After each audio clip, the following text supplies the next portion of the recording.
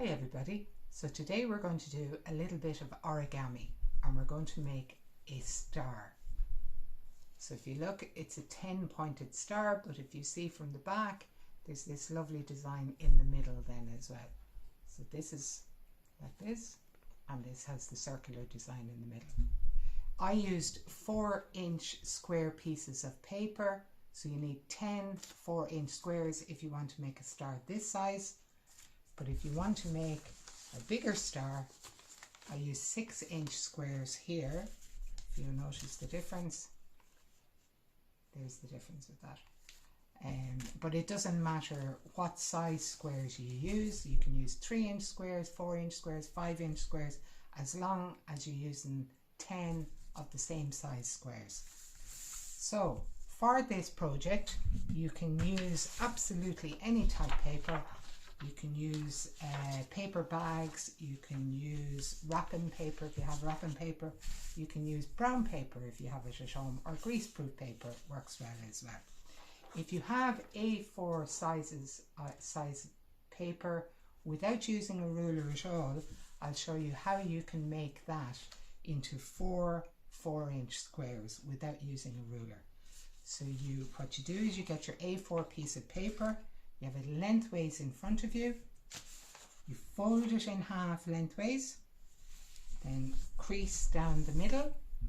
The trick with origami is to always get your lines even. If you get your lines wrong in the beginning, they become a bigger problem as you go on with the origami. So you've got to line everything up and take your time, because it's worth it in the end. It comes out as a better project. I use my fingers when I'm doing origami to push down with that, but if you haven't got strength in your fingers, you can use the back of a spoon. A lot of origamiists use spoons. So the back of the spoon, push it down with that. So you have it lengthways, you get one end of it and bring the corner up to meet the straight edge of the other side. Press down, and where that meets, see, like that, then cut a line down here, and that is a 4-inch square, but you actually have 2 4-inch squares, and you continue and do the same thing with the page. So you get 4 4-inch squares out of one piece of paper. And the beauty of this is you already have your first fold done for this pattern. So what you do with the first 4-inch square is lie it out straight but diagonally to you. So the corner is meeting you down here. So it's not straight like this, it's straight with a pointed edge looking at you. And then you fold it in half so you have a triangle. So you have your triangle. Then get the point, the triangle edge of the right hand side that's at the bottom, hold that in your hand and bring it up to the top point of the big triangle, and then crease it down again. You can use your spoon if you want, make a better crease. So this is what you end up with. So that's your big triangle, and you've brought this up to the top. So that's your other triangle. Now, where that is coming up like that, then you turn it over.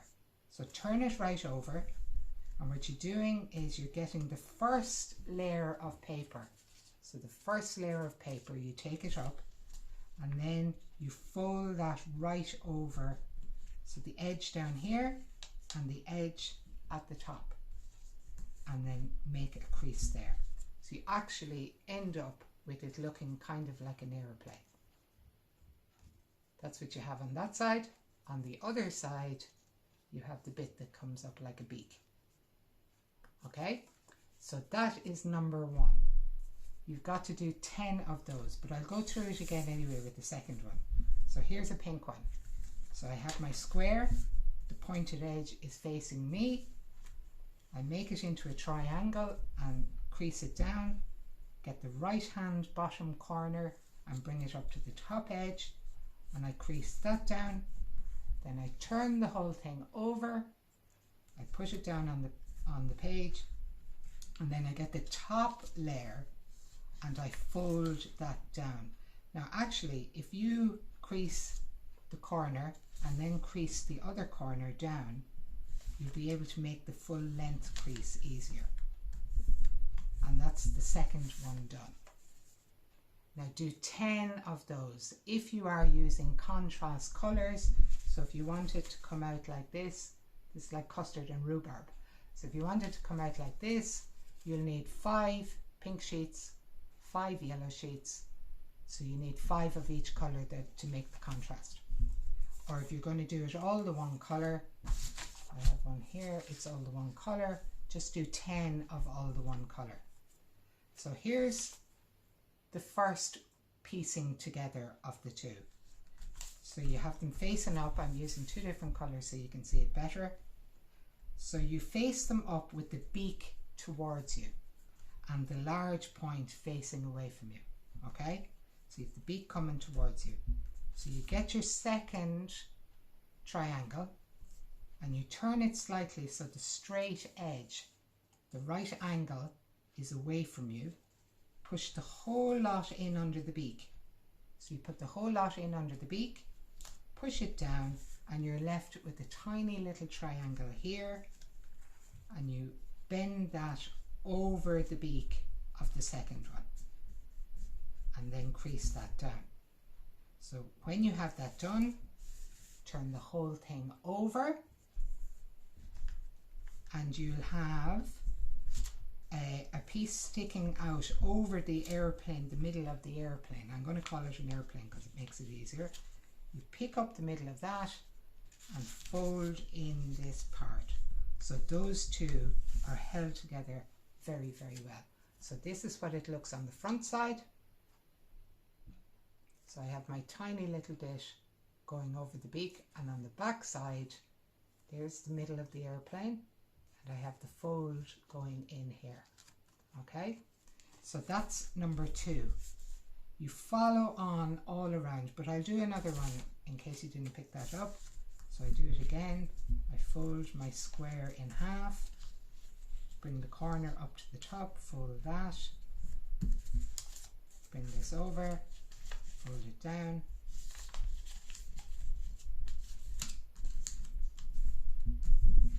so now my beak is this side, the beak is this side, the square bit here goes in under the beak of the last one, push it down, you're left with a tiny bit of a triangle here, and you push that, crease it over the beak of the one you've just put on, turn the whole thing over, that's an important step, turn it over, and then bend the excess piece of paper into the middle of the airplane of the last one you've just put in.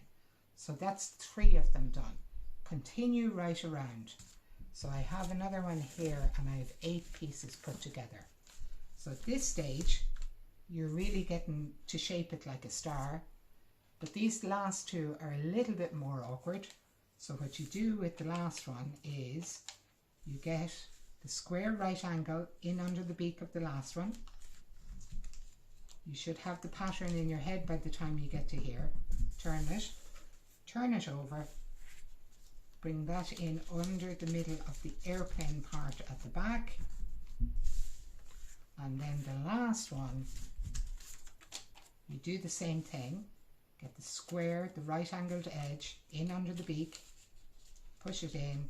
This part is the easy part, but when you turn that over, it's not really visible where you see, so I actually keep it facing me at this stage.